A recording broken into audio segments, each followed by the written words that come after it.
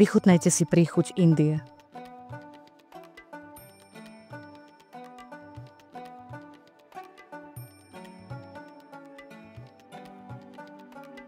Dnešný hosť, Shrey Kadam, nám priniesol väčší pohľad dovnútra indickej kultúry, indickej kuchyne, ako sa mu žije na Slovensku a aké boli jeho začiatky podnikania na Slovensku, ale aj pohľad cudzinca na život na Slovensku, ktorý je naozaj pozitívny.